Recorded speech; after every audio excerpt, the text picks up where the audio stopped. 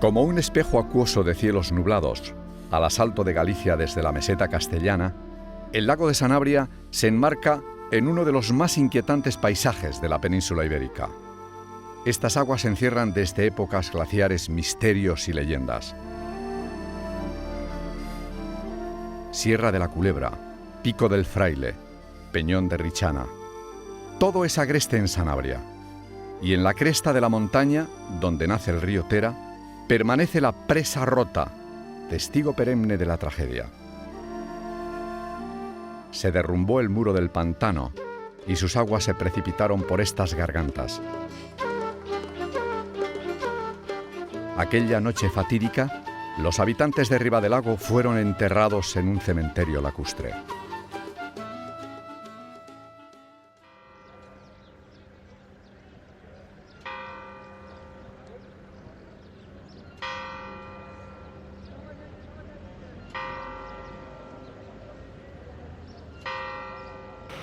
Aquel día de invierno, la capital se libró al amanecer de las nieblas del Duero y llegó la noticia. Aquí EAJ-72, Radio Zamora, transmitiendo la onda de 1462 kHz de amplitud de frecuencia. Hoy es 9 de enero de 1959. Son las 8 de la mañana. Boletín de noticias urgente. En la madrugada de hoy, la presa de la Vega de Tera se ha roto sin que se conozcan las causas, desbordándose torrencialmente las aguas que remansaba. Según las primeras noticias recibidas en el gobierno civil de Zamora, alrededor de las 7 de esta mañana, cuando Zamora se despierta, todo el pueblecito de Ribadelago y las instalaciones de la empresa hidroeléctrica de Moncabril han sido arrasadas por las aguas.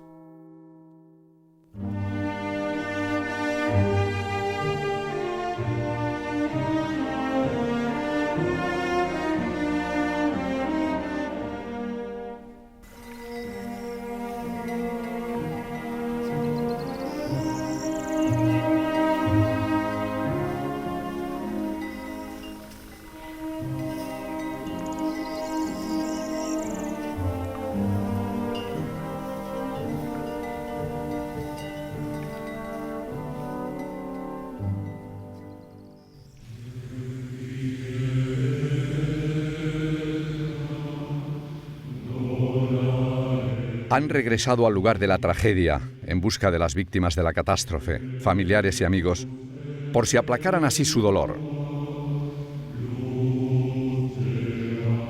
Buscan entre las piedras no se sabe qué fantasmas de los muertos, quizás sus almas en pena.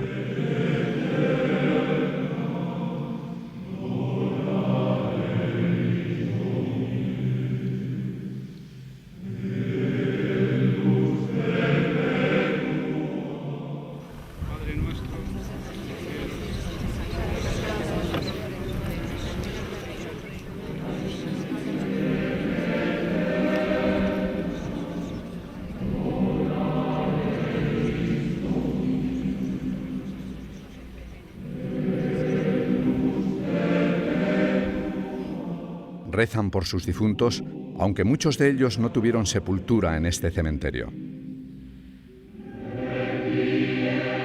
Los 144 cadáveres sumergidos en el lago, arrastrados hace medio siglo por un torbellino irresistible.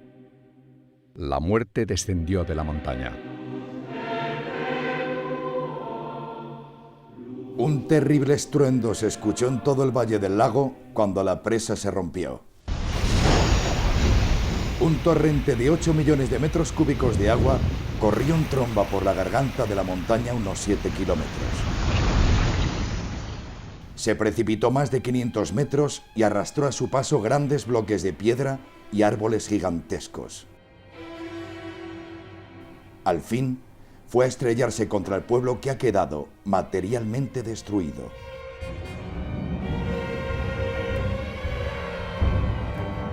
Los primeros testimonios indican que el agua ha arrastrado hasta el lago personas, animales y casas. Se supone que hay decenas de víctimas mortales.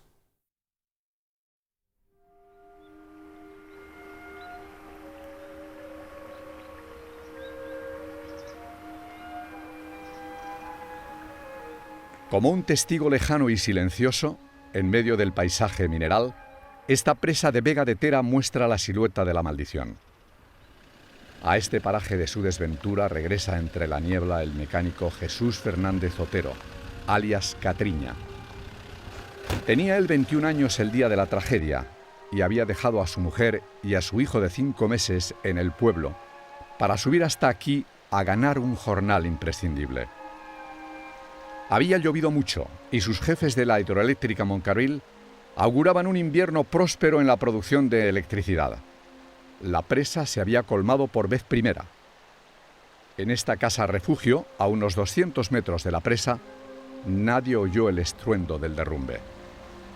Aquel día hacía una niebla como hoy y llovizna y tremenda, no se veía nada, ni a 2 pasos se veía. Yo estaba durmiendo en la cama y estaba el comportero, un comportero y un cocinero que teníamos nosotros para hacer la comida aquí.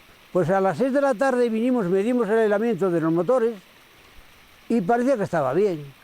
Y bueno, pues subimos para arriba, miramos la cota y como no teníamos escala hasta donde estaba, pues marcamos con un lapicero de carpintero, marcamos una raya en el medio de la compuerta para ver si subía o bajaba el agua. Y entonces cuando abrimos la compuerta, a las 6 abrimos unos 20 centímetros, que es lo que está abierto. Y cuando bajamos a las 8 de la noche con una linterna, bajamos abajo y veíamos que había bajado un poco. Entonces ya no abrimos más ni cerramos, la dejamos así. Nosotros tenemos orden de abrir cuando estuviera llena, a tope. La compuerta funcionó, aunque tuvimos que abrir la mano porque no había luz. Pero la abrimos aproximadamente unos 20 centímetros. Y salía un agua de ahí muy bonita, que hacía un arco grandísimo. Cuando reventó la presa no oímos nada. Decía el cocinero que él había sentido ruido, pero como había muchísimo aire, pues igual dice, bueno, se cayó un barracón o el techo de un barracón, que hacía unos días que se había caído los barracones de los obreros. Y desde allí no se veía nada con la niebla. Pero hay un muro allí que echaron el hormigón que sobraba. Y en un momento de eso se despejó y dije, me cago en la mar, pues es verdad que está el muro sin agua. Pues ya nos bajamos y ya miramos y miramos todo lo que había. Pensamos que había marchado todo, el Ribera del Lago, Galende, Puente, Puebla y todo. Hubiera marchado por de la cantidad de agua, de presa que reventó, dijeron, marchó todo de una vez. Porque bajamos el compañero y yo para abajo y no nos veíamos uno al otro.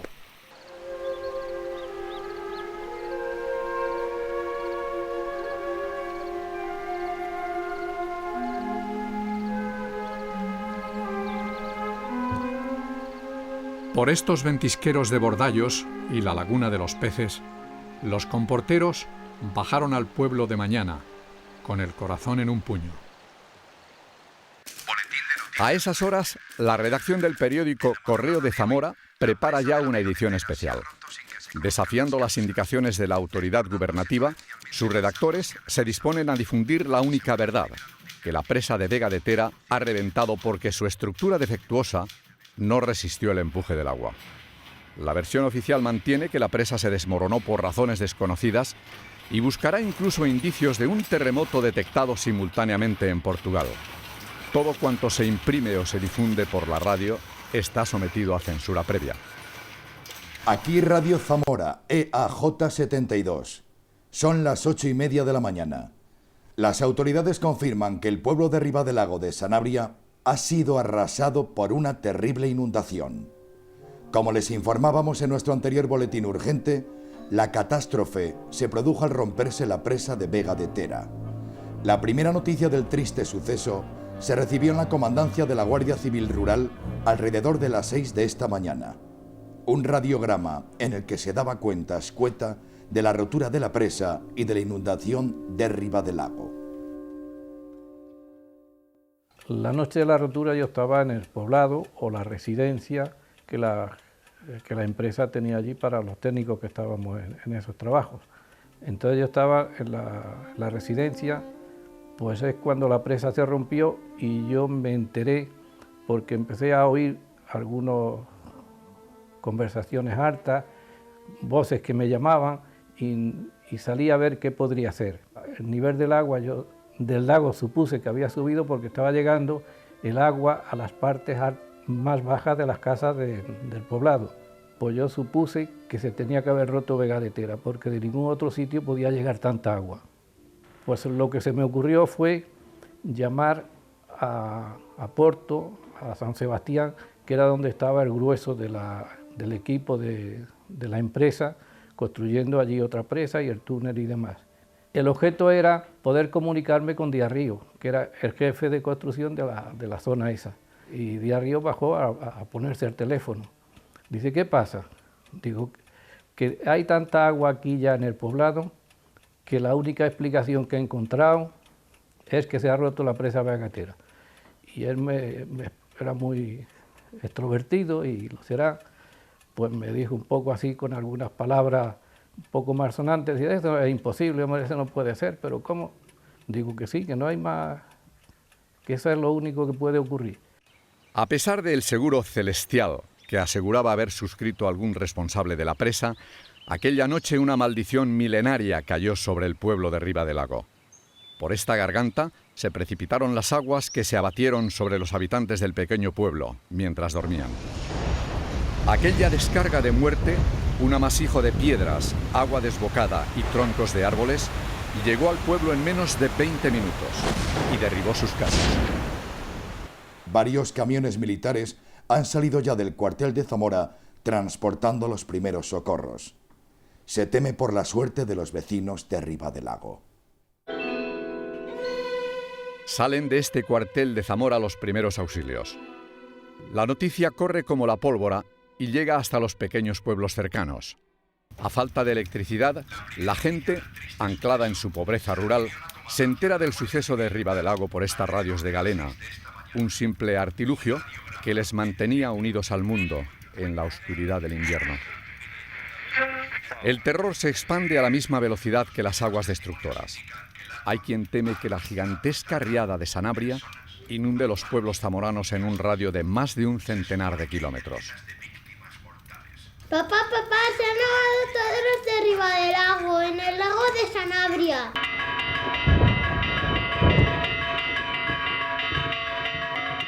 Las campanas del pueblo repicaron con fuerza cuando las aguas comenzaban a inundar sus calles. 30 vecinos lograron huir del aluvión y se encaramaron en esta torre desde donde se tocaba a rebato. Me llamo José Antonio Otero Fernández. El día de la catástrofe yo tenía 10 años. Nosotros estábamos durmiendo como la mayoría de la gente del pueblo y no se había enterado mi padre de lo que pasaba, y unos familiares que vivían en una casa de enfrente, se metía la calle por medio, nos avisó tirando una botella a la ventana nuestra. Fue a salir de la casa y no podía ya, porque el agua llegaba al piso de la casa, que el piso estaba sobre 3 metros del suelo, porque abajo eran las cuadras. Tratamos de subir al desván, a debajo de la cubierta, y allí subimos todos y estuvimos hasta que el agua bajó. Cuando salimos de casa, pues ya encontramos de todo. Vimos a algunas personas muertas, ahogadas, y animales de todo tipo, vacas, cerdos, cabras, ovejas, y ya de todas las cosas que se había llevado de las casas. Las matanzas, porque habían sido hechas hacía poco, la gente, pues gritos por todos los sitios, buscando a los familiares, y ese fue el impacto de esa tragedia.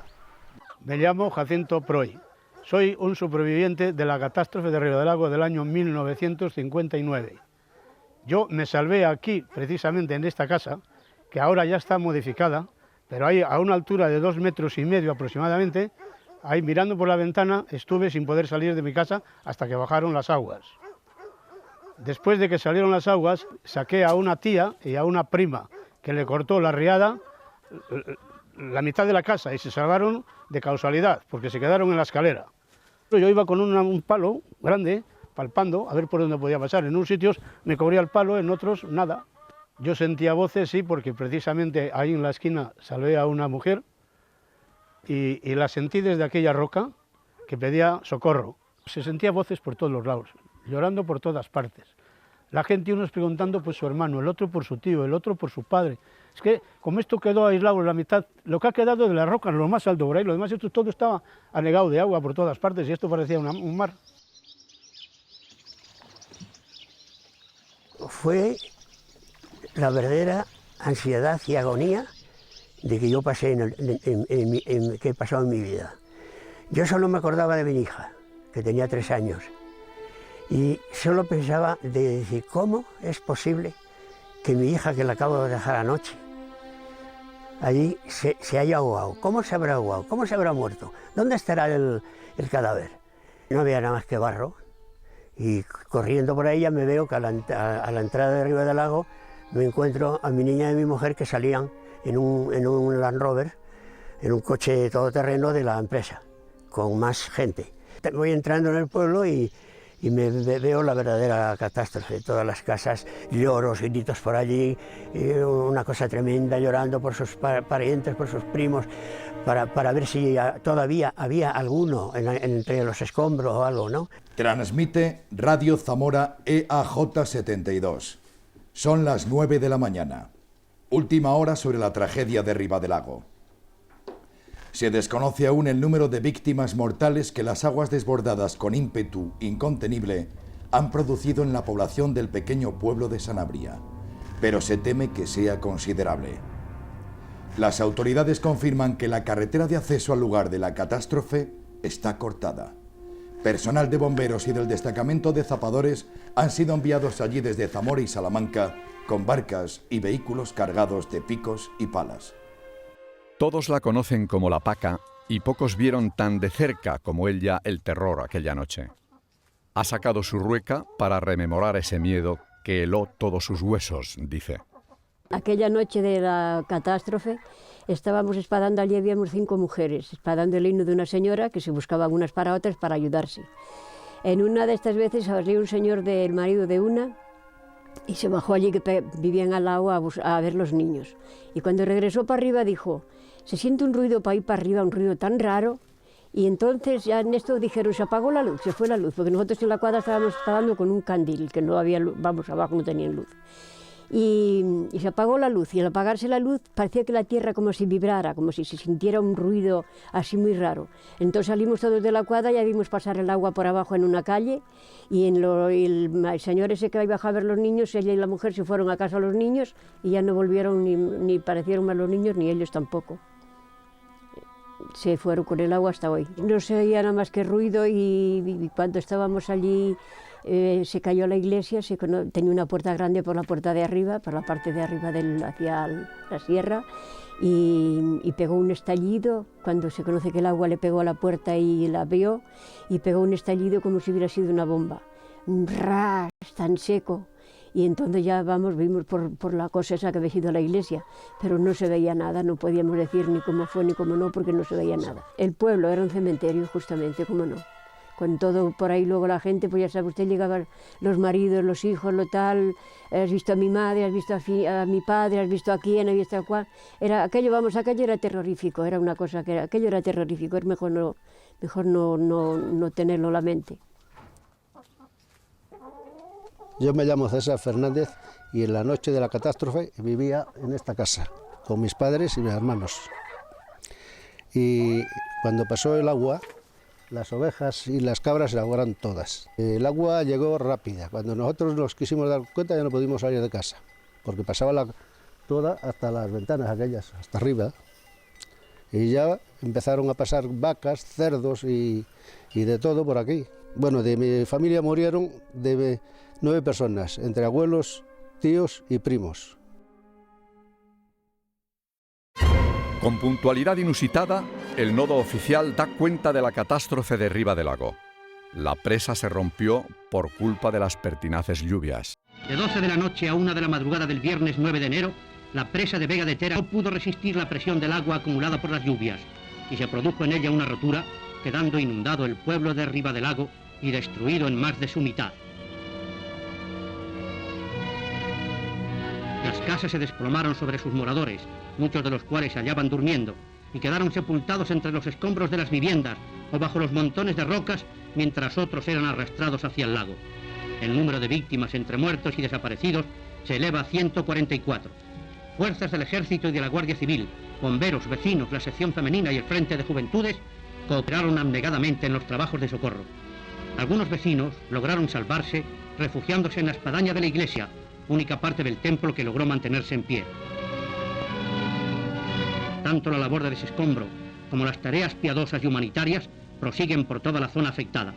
El gobierno agradeció los testimonios de condolencia recibidos de todas partes, y muy en especial de su santidad el Papa, y acordó tomar medidas urgentes para socorrer a los damnificados de esta catástrofe.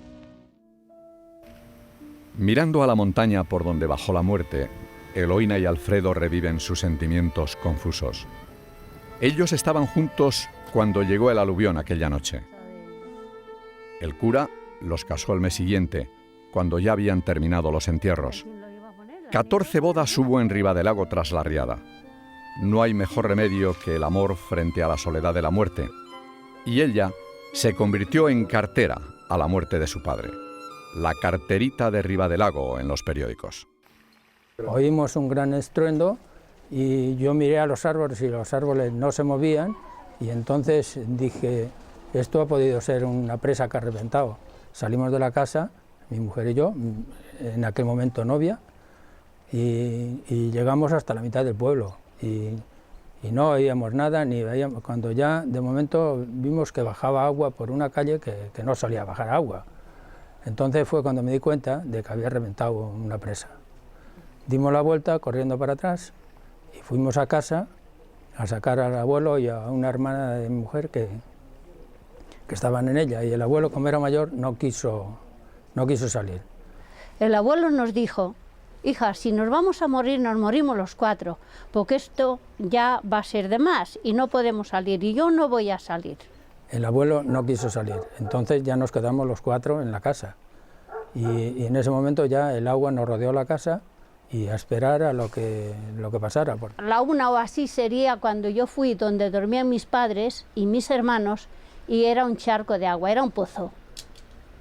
Y a mi madre la vi el día siguiente, y a otra señora, y entonces, pero muertas, claro, ya estaban muertas. Y mi padre apareció el sábado, en los prados, en las praderas que hay cerca del lago, y lo traían los soldados ya. Y una señora de aquí le dijo, ¿quién lleváis ahí? Y los soldados le contestaron, y los guardias que venían, dice, llevamos al cartero.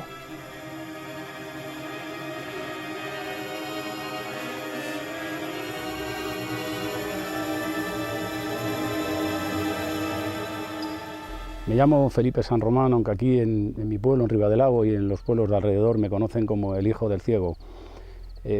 Gracias a mi padre pues estoy hoy aquí, después de aquel fatídico día de la catástrofe de Ribadelago, cuando reventó la presa.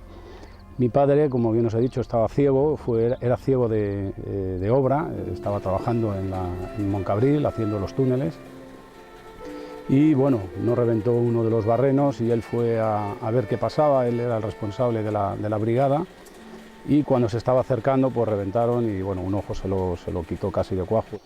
Entonces, sobre las 12 de la noche se escuchaban unos ruidos muy grandes, muy fuertes. Mi madre debió de salir un poco fuera a enterarse, la gente, algunos chillaban y tal, entonces entró para adentro, y lo que se les ocurrió fue simplemente hacer un agujero en el techo. Mi madre hizo entre 2 vigas un agujero, ayudó a salir a mi padre.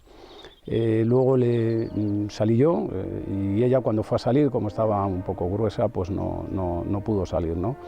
Le dijo a mi padre que tuviera cuidado con él y conmigo, ¿no? Y ella se fue hacia la puerta de la calle. Ya no la volvimos a ver más.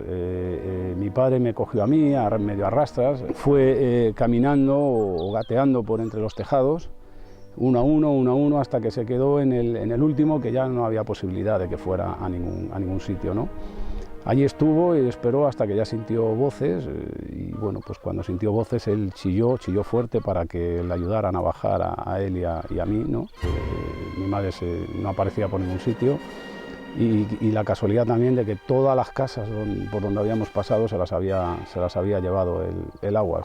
Tuvimos la suerte que mi madre apareció a los 4 días flotando en el lago al lado de la isla, ¿no?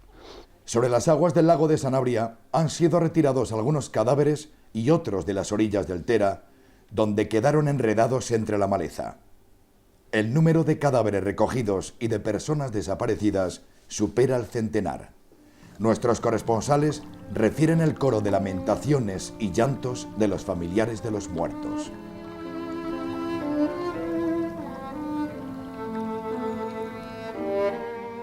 Un monstruo acuático tragó en apenas una hora casi 2 centenares de cadáveres humanos, miles de animales muertos y decenas de miles de toneladas de árboles arrancados, lodo y piedras. Bajo un cielo nublado, unas montañas nevadas, un agua gélida. Ahí abajo permanecen más de 1 centenar de seres humanos. ¿Cómo robar al lago los cuerpos de las víctimas? Eso era lo que nos preguntábamos en aquel tiempo.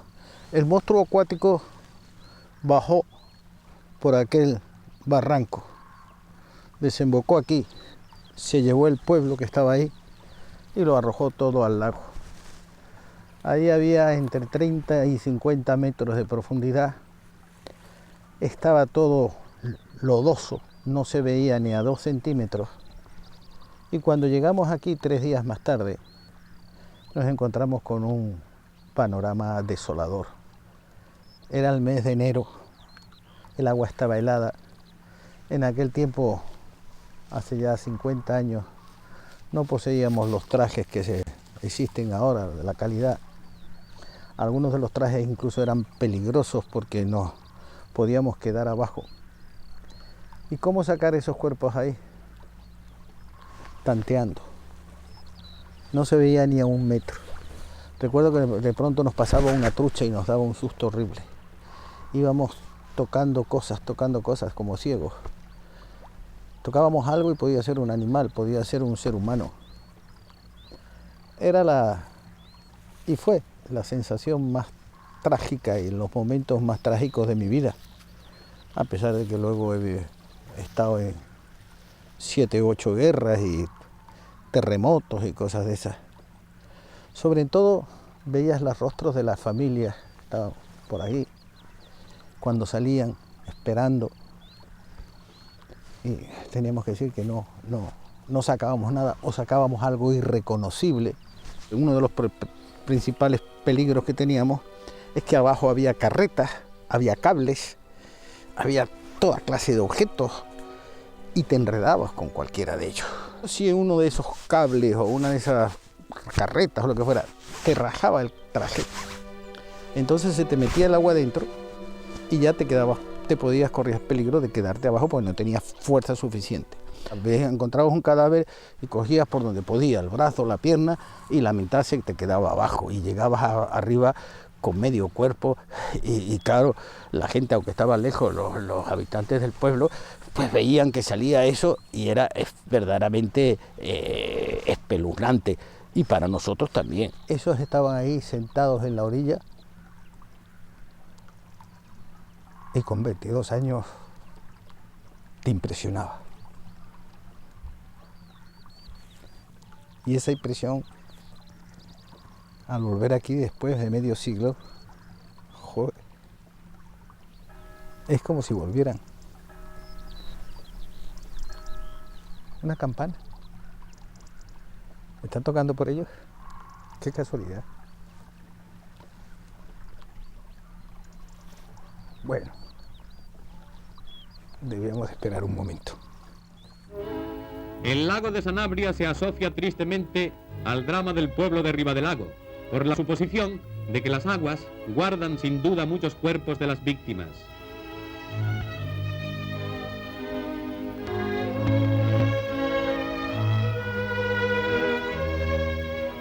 Las pasarelas tendidas provisionalmente por las fuerzas militares cumplieron su función de salvar sobre el río Tera la separación del castigado pueblo.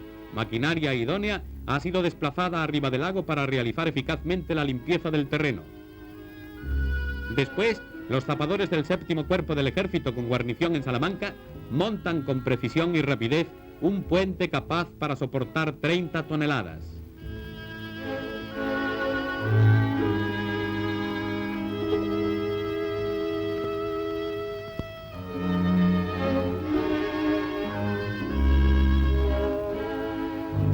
Se inician los trabajos de explanación y funcionan las excavadoras. No cesa en ningún instante el penoso remover de los escombros. Soldados del Regimiento de Guarnición en Zamora son los encargados de esta misión.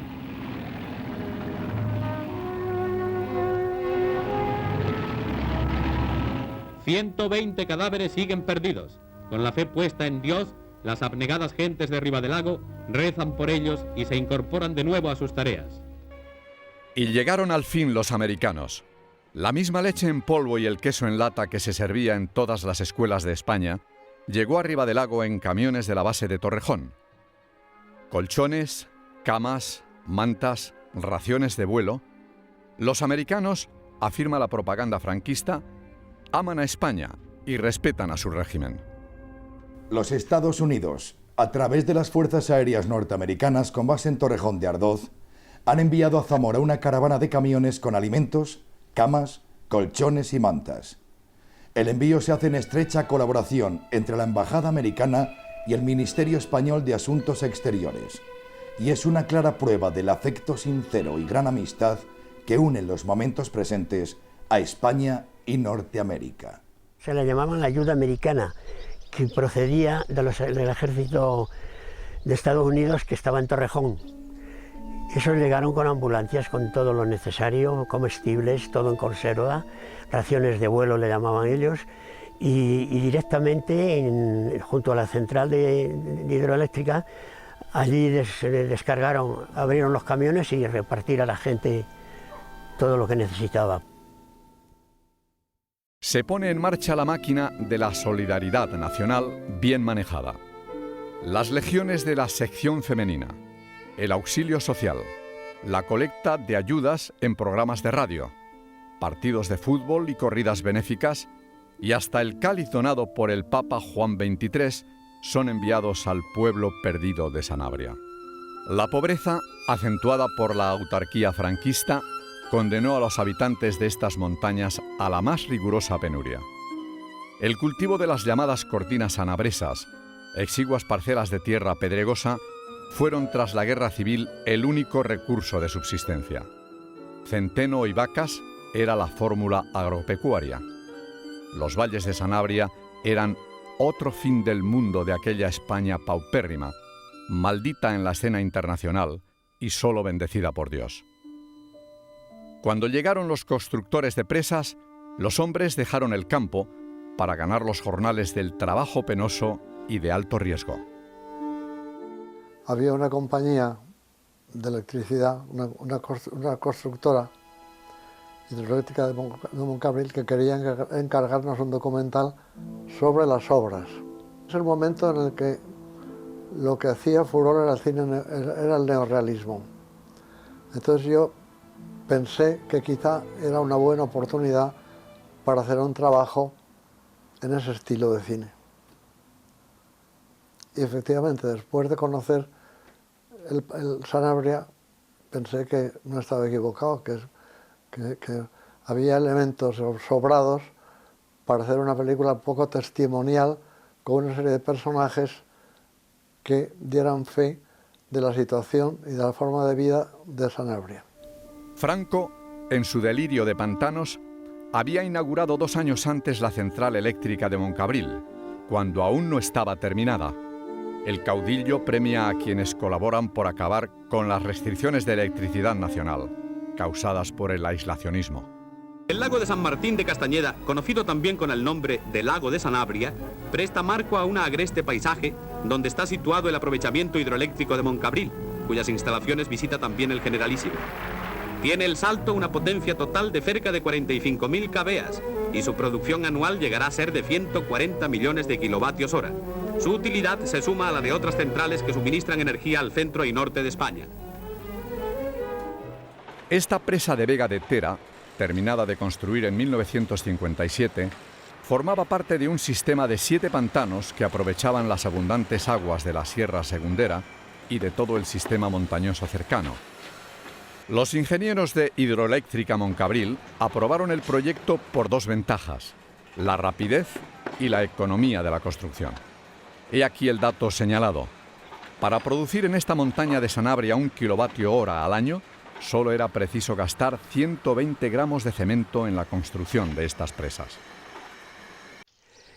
La gente tenía mucho miedo porque casi de todas las casas había gente trabajando en la presa y ya veían que aquello iba mal. Bueno, tenía bastantes dietas, porque le voy a decir, a una cota que no se había puesto todavía la compuerta, bajaba en 24 horas, bajaba 12 centímetros de lo que perdía.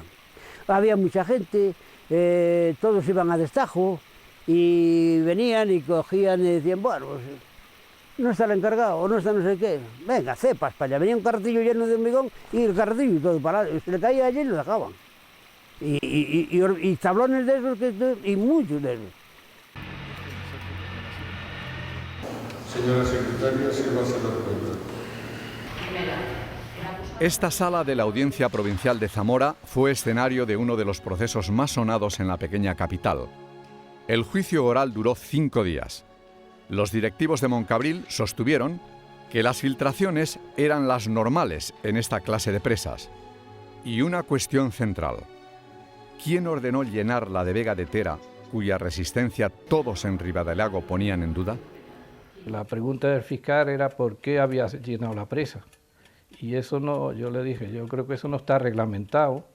Y entonces una presa se empieza a dejar que se llene de agua según se va terminando de hacer. La empresa y los directivos de la empresa no se oponían a que la presa se llenara. La presa se llenó, digamos, por hecho natural de que va acumulando agua. Pues estuve hablando con los compuerteros, advirtiéndoles y les dije que qué cota tenía la presa y cómo estaba el agua en relación con la parte alta de la compuerta. Y me dijeron que le faltaba como unos 4 o 5 centímetros para llegar el agua de la presa a la compuerta. Entonces le dije, abrir un poco la compuerta, como 5, 6 o 8 centímetros, con el fin de que si sigue aportando mucha agua por el deshielo, que no pase el agua por encima de la compuerta. Yo fui acusado, condenado en Zamora y en el Tribunal Supremo ya fui indultado. Por encargo de Hidroeléctrica Moncabril, el prestigioso ingeniero Eduardo Torroja llevó a cabo una exhaustiva investigación acerca de las causas del derrumbamiento de la presa. Este informe, junto con una carta a sus colaboradores, fue el testamento del gran ingeniero. Mi padre terminó el informe, lo tenía en su mesa de trabajo, ahí detrás de mí, el mismo día en que murió. Encima de su mesa acababa de firmar el informe de peritaje sobre lo que había ocurrido en la presa de Vega de Tera, a que se debía precisamente el hundimiento de la presa, en su opinión. La presa de Vega de Tera es una presa de contrafuertes y los contrafuertes son de mampostería, con una pantalla detrás de hormigón. Y para que eso funcione conjuntamente la mampostería con el hormigón, pues depende de que la mampostería sea más o menos flexible. Parece mentira una piedra hablar de flexibilidad, pero lo es. Y es más flexible de lo que entonces se pensaba. Aquí no se habían hecho ensayos sobre ese comportamiento de la mampostería. Y lo que hizo mi padre fue hacer unos ensayos y quedarse asombrado de que el comportamiento, la elasticidad de la mampostería es mucho mayor de lo que se pensaba. Y que en esas condiciones, pues el soporte a la pantalla de hormigón ejercido por la mampostería era, digámoslo así, más débil de lo que debía ser, y se rompía la pantalla de hormigón. Que conociendo o debiendo conocer el peligro y consecuencias desastrosas que podían sobrevenir, ordenaron el cierre de la puerta coronaria para lograr el llenado de la presa, dando origen a que el agua embalsada alcanzara la cota tope, movidos por la preocupación de obtener el mayor rendimiento de energía eléctrica que se les había interesado. Condenamos a los procesados Gabriel Barceló Matutano, Eduardo Díaz Ríos, Antonio Jerónimo Manuel Hurtado y Miguel Prieto Urquizar como autores responsables de un delito de imprudencia temeraria sin circunstancias a la pena de 1 año de prisión menor. De los 10 acusados, el tribunal condenó a 4 como autores de un delito de imprudencia temeraria y a la pena de 1 año de prisión menor. Nadie fue a la cárcel. Un recurso y un indulto exculparon 2 años más tarde a todos los técnicos e ingenieros de Hidroeléctrica de Moncabril. El letrado Santiago Moreno revisa las actas sumariales. Su padre se entregó en cuerpo y alma a la defensa de los damnificados de la riada, a pesar de los escollos a que le sometió en su instrucción la autoridad gubernativa. Cada vez que se personaba en la localidad de Ribadelago o en Puebla de Sanabria para practicar alguna actuación judicial, se encontraba la Guardia Civil siguiendo los pasos. A mi padre lo llamaban por teléfono y al descolgar escuchaba el cara al sol. Él era una persona, como antes decía, con una ideología de izquierdas que nunca ocultó y sabían dónde más le dolía, ¿no? Era como una advertencia de que detrás de este problema, de este asunto, se encontraba el régimen político. Mi padre intentó buscar ingeniero que le asesorara en un tema que era realmente complejo. Se trataba de la construcción de una presa en la que intervenían ingenieros de camino cuyos conocimientos él no tenía y no encontró a ninguna persona más que a un ingeniero de caminos que fue director general de obras hidráulicas durante la Segunda República y que no pudo intervenir en este procedimiento porque estaba represaliado. Se trata del año 1959, que está el régimen franquista, la dictadura franquista en su pleno apogeo. Y además que se trata de un sector económico como es el hidroeléctrico, que es precisamente, por decirlo de una manera, la niña bonita del dictador. Un transformador con peso de 114 toneladas es transportado a la provincia de Zamora, donde funciona la nueva central hidroeléctrica del Salto de Moncabril. El transformador atraviesa las pequeñas aldeas de estos parajes y la estrecha carretera que bordea el famoso lago de Sanabria. Tras la última fase de montaje, los potentes alternadores comienzan a funcionar. La energía de esta central aumenta considerablemente la producción hidroeléctrica de España. En el sacrosanto nombre de la paz social, los directivos de la empresa hidroeléctrica Moncabril ofrecieron al gobierno el pago inmediato de indemnizaciones negociadas directamente con los damnificados. Jefes políticos, Guardia Civil y hasta curas colaboraron en esa oscura operación, aprovechando la indigencia de las víctimas de la catástrofe. Los primeros días de la catástrofe hubo empleados de la empresa que iban por las casas diciendo: mire, el juzgado especial le ha tasado sus pérdidas entre ganados y todo lo que usted tenía, vamos a poner un ejemplo de 100. Mire, le vamos a dar 90, porque esto va a tardar años y años en resolverse este pleito. Un día me llama el alcalde presidente del Ayuntamiento de Galicia y me dice: César, acabo de recibir una llamada del gobernador civil de que cuando tengas tiempo pases por su despacho. Cuando me recibió el gobernador, pues muy amablemente de momento, pero después con una cara seria y una amenaza, diciendo que iba a tomar cartas en el asunto porque había reuniones clandestinas y que yo era el principal causante de esas reuniones. Y entonces yo le dije humildemente, claro, me metió miedo, dije: coño, este hombre de aquí salgo a la cárcel. Y entonces, mire, y nosotros no defendemos nada más que lo nuestro. Ajustaban igual que los terneros, si cobras tanto te pago, si no, ajustaban, me subían, bajaban, yo dije que no cobraba, que yo lo que hiciera el juzgado, lo que hiciera fue. Y entonces casi me echaron de la empresa, entonces, por culpa de que no quería cobrar. Y yo dije, lo que dé la empresa, pues no me quedó más remedio que aceptarlo, porque si no, pues me echaban de la empresa. Y entonces voy un día pasando por cerca de la casa del párroco y me abre la ventana y me llama: César, ¿tú qué tal andas de dinero? Y hombre, ya me ve cómo ando, sin moverme, sin no tenía la familia aquí entonces, sin lavarme casi, y eso que estoy todos los días en el lago. que no es por falta de agua, pero que estoy desesperado, y dice, ven para acá. Me mete y me da 25.000 pesetas. Nada más. Era otro gancho. Las muertes, es que aquello fue como una feria de borregos. A los menores de 25 años, 25.000 pesetas. A las mujeres, 60.000. Y a los hombres, 90.000. A tu padre, por ser tu padre, le vamos a pagar 150.000. Es que 150, 90, 60, 25. Y así se fue arreglando la cosa.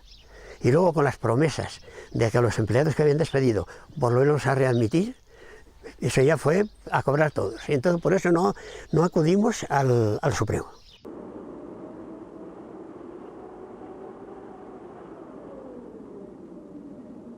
El caudillo Franco, en su magnanimidad inquebrantable, ordenó construir un pueblo nuevo en un enclave más seguro.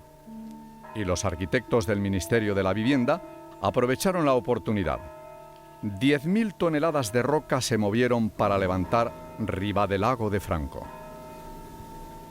De forma inmediata a producirse la tragedia, se puso en marcha un proceso inicialmente de supervisión de lo sucedido, inmediatamente después de reconstrucción de un pueblo enteramente nuevo en un lugar elegido en las proximidades del antiguo pueblo, por dos razones: una por encontrar un suelo capaz de soportar una nueva estructura urbana, y otra por olvidarse de alguna manera de la antigua estructura en la que tanta tragedia y tanta muerte recientemente había habido, ¿no? Este pueblo lo proyectan unos arquitectos que están imbuidos en la vanguardia, que es la arquitectura más moderna que se está haciendo en España en ese momento. No es una arquitectura del régimen en absoluto, yo creo que es lo contrario.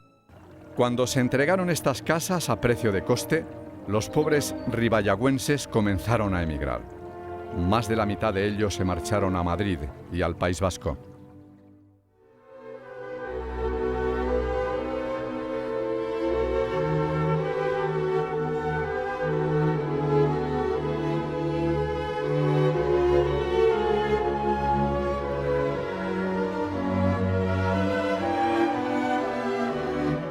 Cuando las aguas del pantano roto arrastraron hasta el lago la iglesia y su espadaña de granito, se les fue con ella su alma.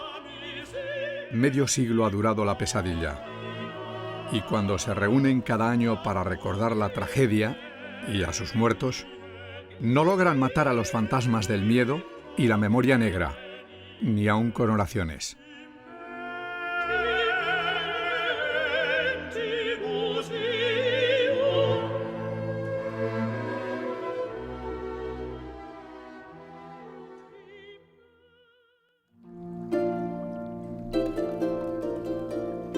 Y en el lago del olvido, con mucha amargura, quedaron sepultados 116 cadáveres.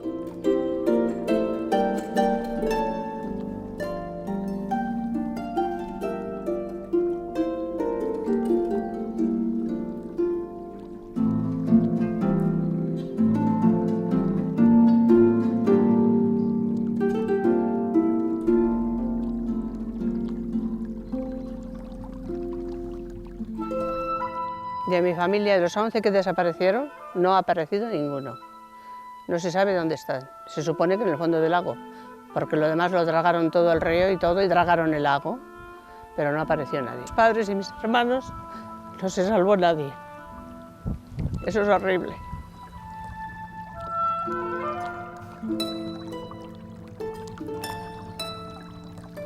La mujer está enterrada en el lago, y el hijo también.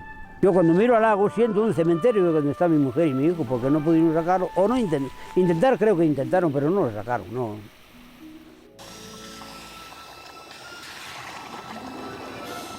Otro año más los submarinistas escudriñan los fondos del lago por si hubiera novedades.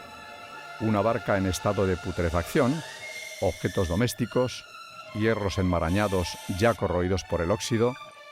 Medio siglo más tarde no quedan bajo estas aguas rastros de la tragedia. Ya no queda absolutamente nada, excepto lo que esté debajo de los lodos, que eso sí que conserva muchísimo tiempo todo, porque no hay oxígeno y por lo tanto no hay corrosión. Hay poco oxígeno, el agua tiene cierta parte de oxígeno, tarda más en corroerse, pero en los lodos suele conservar mucho todo. Es más, casi queda en los cuerpos no llegan a corromperse tampoco, por la sencilla razón de que el agua está muy fría y no se quedan momificados casi todo. Es prácticamente imposible de que quede nada de la catástrofe de hace 50 años. Los lodos han enterrado casi todo.